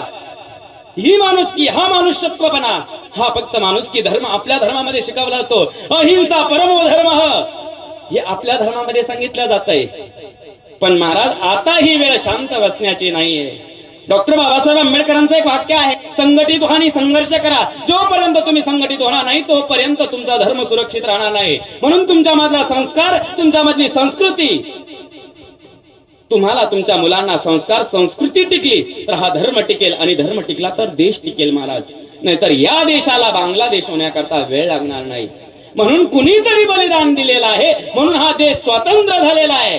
आणि त्यांच्या बलिदानाचा तरी आपण विचार करायला गेला पाहिजे की आपलंही काही कर्तव्य आहे, आपली काहीतरी जबाबदारी आहे, त्या जबाबदारीने आपण वागलं गेलो पाहिजे. आपलं जरी असं वाटत असेल की आपलं आयुष्य गेलं, आपलं आयुष्य गेलं, पण पुढल्या पिढीचं काय होणार आहे? ती पिढी बर्बाद होणार आहे जर आपण वेळेवर जाग झालो नाही ना महाराज. हे आपल्याला पेलावण्या इतकी गोष्ट नाहीये. आणि म्हणून आपण सर्वांनी जाग व्हा. आपल्यामधलं जे रक्त आहे ते हिंदूंचं रक्त आहे. आपल्यामधलं जे रक्त आहे छत्रपती शिवाजी महाराज, छत्रपती संभाजी महाराज, महाराणा प्रताप सिंगचं रक्त आहे. आपल्यामधलं रक्त महाराज अहिल्यादेवी होळकर, महाराणी ताराबाई, येसुबाईचं रक्त आहे. छत्रपती शिवाजी महाराजांचं हे रक्त, प्रभू रामचंद्रांचं रक्त, भगवान कृष्णाचं रक्त आहे. या रक्ताला शांत होऊ देऊ नका. हे रक्त जर शांत झालं तर महाराज त्याचा परिणाम आणि त्याच्या परिणामाची जबाबदारी आपल्यावर असेल हे आपण लक्षात ठेवायला गेलं पाहिजे. नुसतं मोबाईलवर आलेली पोस्ट वाचून पुढे ढकलून देऊ नका. जबाबदारी ना वागा, काळजी ना वागा. आणि कुठंतरी काहीतरी होत असेल तर तिथं आपण उतरण्याचा प्रयास आणि प्रयत्न करा. आणि म्हणून मी इथं सगळ्या जमलेल्या गंगापूर तालुक्यातून आलेली सर्व मंडळींना या ठिकाणी एक विनंती करेल की गुरुवर्य महंत सद्गुरू श्री महाराजांच्या समर्थनार्थ आणि बांगलादेशी मधील होणाऱ्या हिंदूवर अत्याचाराच्या निषेधार्थ भव्य दिव्य असणाऱ्या मोर्चाचं आयोजन 23 तारखेला गंगापूरला त्या ठिकाणी केलेलं आहे. आणि म्हणून आपल्याला सर्वांना उतरायचं आहे. आपण जर आज उतरलो नाही तर महाराज कधीच आपण उतरण्याच्या योग्यतेचे राहणार नाहीये. आणि म्हणून गुरुवर्य महंत सद्गुरू श्री रामगिरीजी महाराजांच्या समर्थनार्थ आणि हिंदूवर होणाऱ्या अत्याचार निषेधार्थ आपल्याला त्या ठिकाणी सर्वांना एकत्रित यायचं आहे. आणि म्हणून 23 तारीख ठरलेली आहे. सकाळी 10 वाजता छत्रपती शिवाजी महाराजांच्या चौकामध्ये आपण सर्वांनी त्या ठिकाणी यायचं आहे. गंगापूर तालुक्यामधला असणारा भव्य दिव्य मोर्चाचं आयोजन त्या ठिकाणी केलेलं आहे. आणि म्हणून महिलांना सुद्धा विनंती आहे की आपण सुद्धा मोठ्या संख्येने ज्याप्रमाणे कथा कीर्तनामध्ये येऊन बसतात त्याचप्रमाणे आपण त्या मोर्चामध्ये देखील सामील व्हायचं आहे. आपली लेक, आपली मुलगी, आपली पुढची पिढी सुरक्षित ठेवण्याकरता आपल्याला सर्वांना संघटित व्हायचं आहे. आणि म्हणून आपण सर्व गंगापूर तालुक्यातील हिंदू बांधवांना भगिनींना ही एक विनंती आहे, विनम्र असणारं अभिवादन आहे की आपण सर्वांनी संघटित व्हा आणि गुरुवर्य महाराजांना सपोर्ट करा. महाराज, जर आपला धर्मगुरू आपल्या धर्माचा प्रचार प्रसार करत असाल तर तो असणारा दोष द्रोह नाहीये. एखादा धर्मगुरू एखाद्या धर्माचा प्रचार प्रसार करत असाल तर तो त्या धर्माबद्दलची असणारी त्याच्याबद्दलची कर्तव्यता आहे. तसं गुरुवर्य म्हणतो सद्गुरु श्री महाराजांनी आपल्याला सर्वांना जागं केलेलं आहे आणि म्हणून महाराजांच्या पाठीमागे आपल्याला सर्वांना उभं राहायचं आहे. बरं का भजनी मंडळ सर्वांनी त्या ठिकाणी यायचं आहे. म्हणून जो धर्माकरता लढतो महाराज त्याची कीर्ती राहते आणि जो भगवंता करता लढतो त्याची कीर्ती राहते. दोघांनाही युद्ध म्हटलेलं आहे, योद्धाच म्हटलेला आहे. जो धर्माकरता लढतो त्यालाही योद्धा म्हटलेला आहे आणि जो महाराज परमार्थामध्ये लढतो त्यालाही योद्धा म्हटलं आहे. झुंजरते आम्ही एक विष्णुदास जगी, मग आम्ही सुद्धा योद्धे आहोत आणि म्हणून या ठिकाणी कीर्ती रूपाने जिवंत राहायचं असेल तर परोपकार करा, धर्मा करता, देशा करता, देव देश आणि धर्म या करता एक पाऊल टाका, म्हणजे तुम्ही सुद्धा कीर्ती रूपाने जिवंत राहता येईल. गीता सांगते महाराज, हतो वा प्राप्स्यसि स्वर्गम जित्वा वा भोक्ष्यसे महिम. जर तुम्ही या धर्म युद्धामध्ये तुमचा मृत्यू झाला तर तुम्हाला स्वर्ग मिळेल आणि या धर्म युद्धामध्ये जर तुमचा विजय झाला तर तुम्हाला पृथ्वीचं राज्य मिळेल. आणि म्हणून तुका म्हणे का मरणेची सरे, उत्तमाचे उरे कीर्ती मागे विठोबा रखुमाई.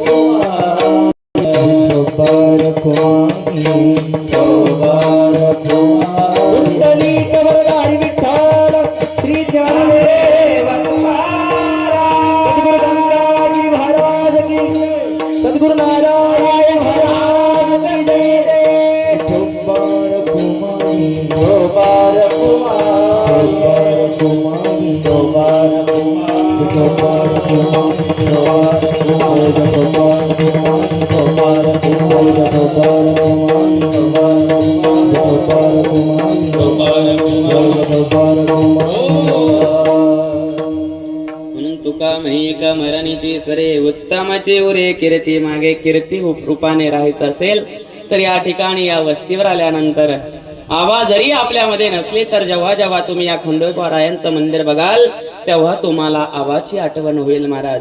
म्हणून कीर्ती रूपाने जिवंत राहण्याकरता खंडोबा महाराजांची असणारी मूर्ती प्राणप्रतिष्ठा आदिशक्ती जगदंबा मातेची मूर्ती प्राणप्रतिष्ठा आबांनी आपल्या वस्तीवर या ठिकाणी केलेली आहे.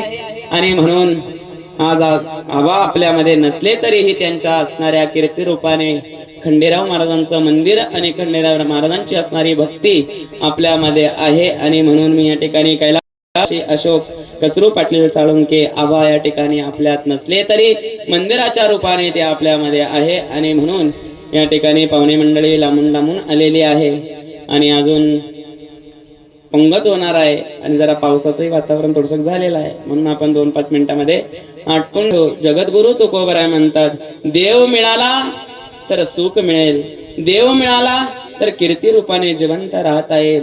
मग तुकाराम महाराज, जो देव मिळाल्यानंतर सुख मिळतं, देव मिळाल्यानंतर कीर्ती रूपाने जिवंत राहता येतं, त्या देवाच्या प्राप्तीचं साधन सांगा ना. तेव्हा जगद्गुरु तुकोबरायांनी देवाच्या प्राप्तीचं साधन सांगितलं तृतीय चरणामध्ये. अविनाश करे, अविनाश करे, आपुले आईचे अविनाश करे, अविनाश करे, अविनाश करे, आपुले आईचे अविनाश करे, अविनाश करे, अविनाश करे, आपुले आईचे अविनाश करे, अविनाश करे, अविनाश करे, आपुले आईचे अविनाश करे. लावे माना पीते गोविंदाचे,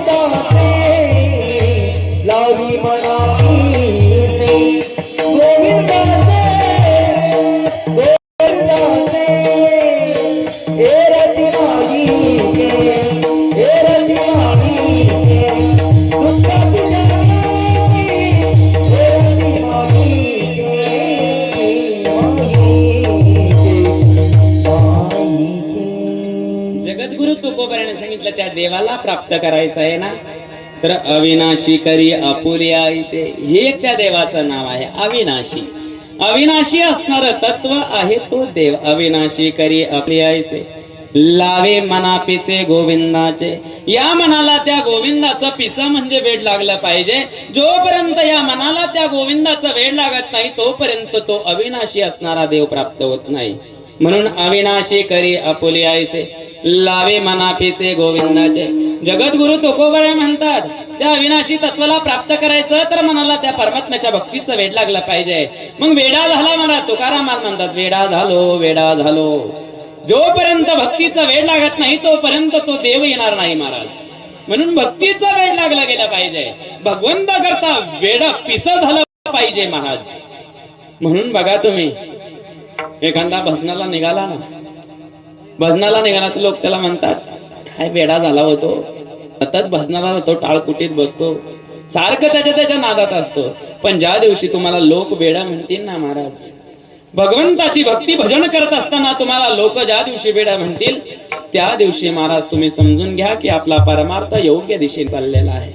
म्हणून अविनाशी करी आपुले आईसे, लावे मनापिसे गोविंदाचे. मग जगद्गुरु तुकोबाराय देव मिळालं, सुख मिळालं, देव मिळालं, कीर्ती रूपाने जिवंत राहता येतं. देवाच्या प्राप्तीचं साधनही तुम्ही सांगितलं, परंतु त्या देवाच्या व्यतिरिक्त जे दिसतं ते काय आहे? एरती माईकी दुःखाची जनती, नाही अर्यंती अवसान. तुकाराम महाराज म्हणतात एरती माईके जे दिसतं, देवाच्या व्यतिरिक्त जे दिसतं म्हणजे हा संसार काय आहे, आई काय, तो दुःखाला कारण आहे, दुःखाला जन्माला घालणारा संसार आहे. एरती माईके दुःखाची जनती, जन्माला दुःखाला जन्माला घालणारा हा संसार आहे. म्हणून येरते माईके दुःखाची जनती, नाही अर्यंती अवसान. या संसाराला आदी नाही आणि अंत देखील नाही महाराज. आहे का आदी, आहे का त्याला?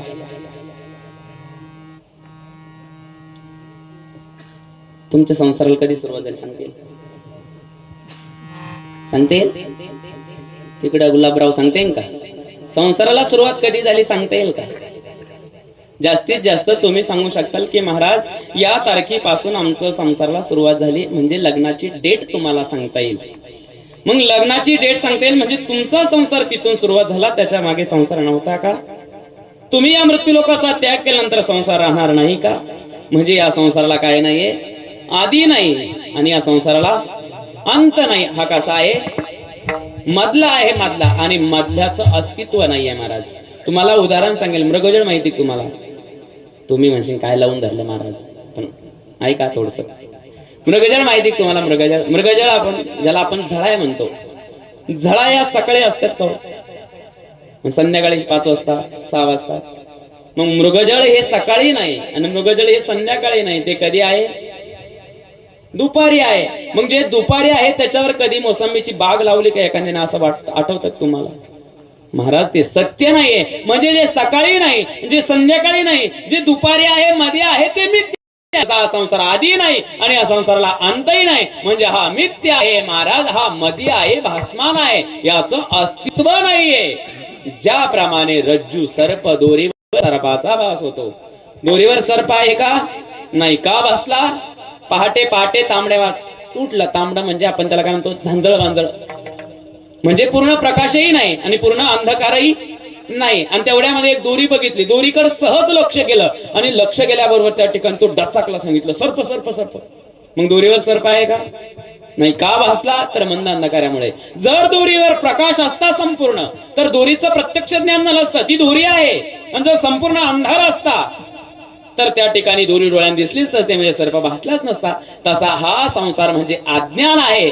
अज्ञानामुळे संसार हा आपल्याला खरा वाटतो महाराज. या संसाराचं अस्तित्व नाहीये. म्हणून जगद्गुरु तुकोबाराय म्हणतात एरती माईके, जे देवाच्या व्यतिरिक्त आहे ते माईक आहे, ते दुःखाला जन्माला घालणार आहे. नोव्हे नोव्हे महाराज, त्याला आदी नाही अंत नाही. एरती माईके दुःखाची जनती, नाही आदी अंती अवसान. ज्ञानेश्वर माऊली, ज्ञानेश्वर माऊली, ज्ञानराज माऊली तुकाराम.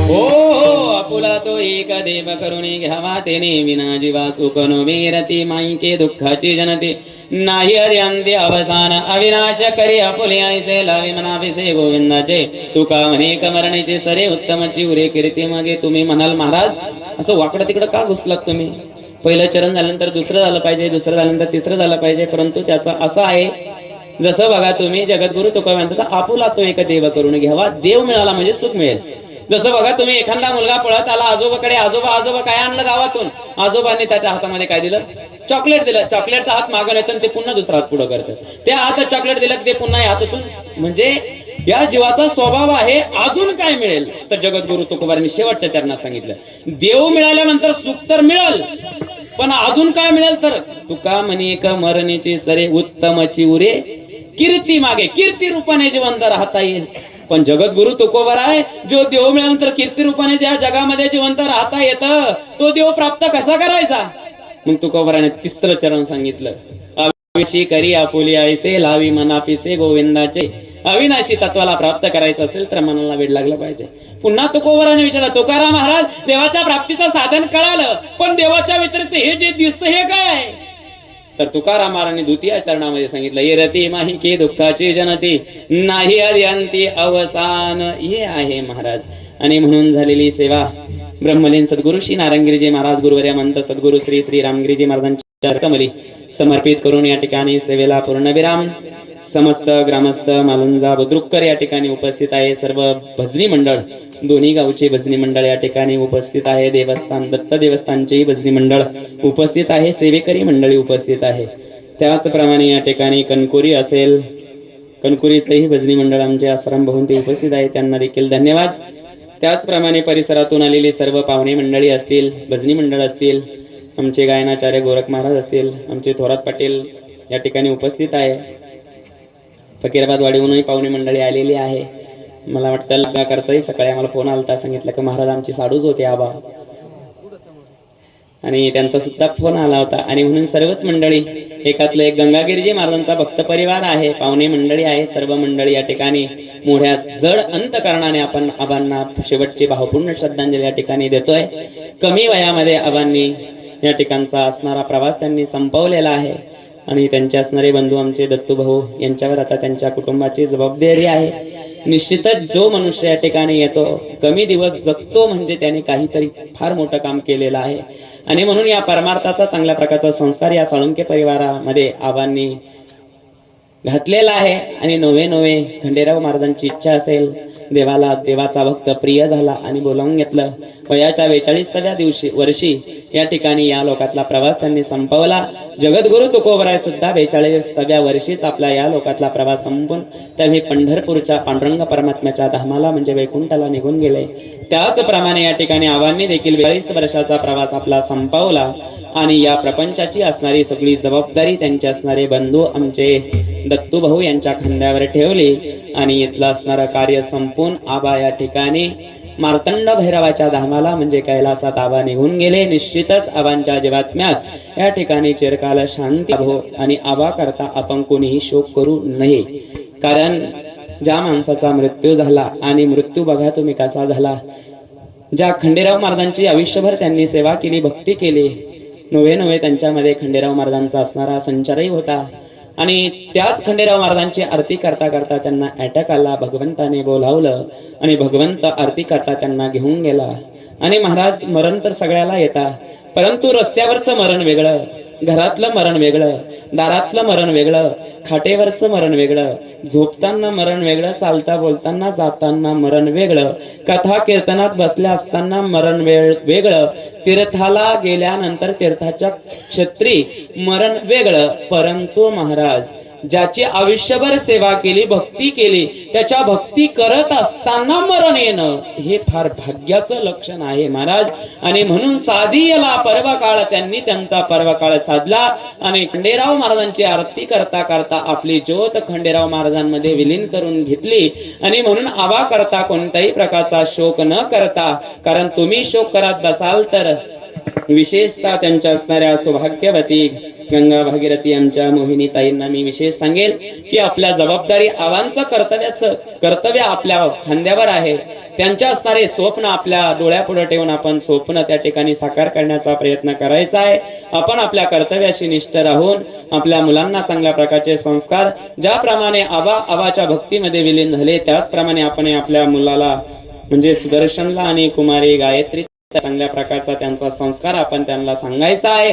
आयुष्यभर ज्यांनी ज्या देवाची उपासना केली त्या देवाची उपासना आपल्या मुला मुलींना सांगायची आहे आणि आपल्या कुटुंबाचा गाडा आपल्याला ओढायचा आहे. शोक करून जमणार नाही. तर भगवान सांगतात अर्जुना, जातस्य हि ध्रुव मृत्यू ध्रुवम जन्म मृतस्य च तस्मात् परिहर्यते न तोम शोचितुमर्हसि.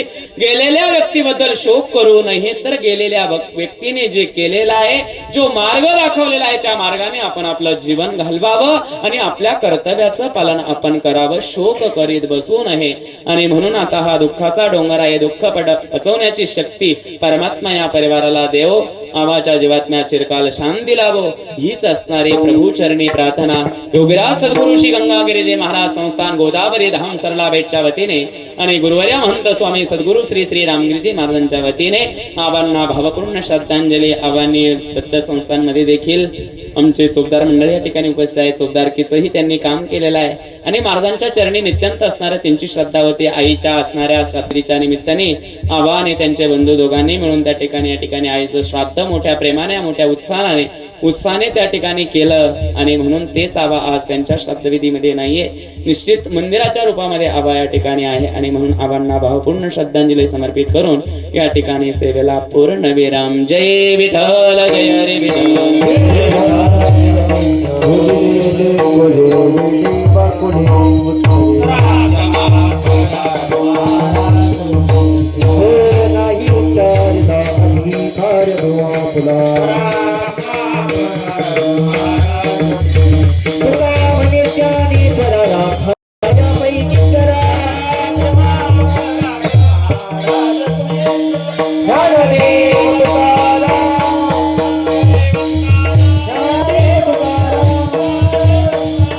Tukaram